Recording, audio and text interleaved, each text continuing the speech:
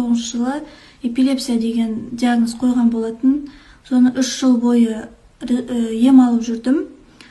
Ем әрине өзінің көмектесті. Дәрігерлік препараттар былай көмектескенде енді тоқтайтып жүрді, бірақ кетпеді. Әлі де эпилепсия бар, әлі де судорог бар деп, жаңағы ЭЭГ деген аппаратта әлі бар деп, сөйтіп 3 жыл бойы емделіп жүрдім. Әртүрлі препараттармен, противосудорожный препараттармен күніне 5 таблеткадай күніне ішіп жүретінмін.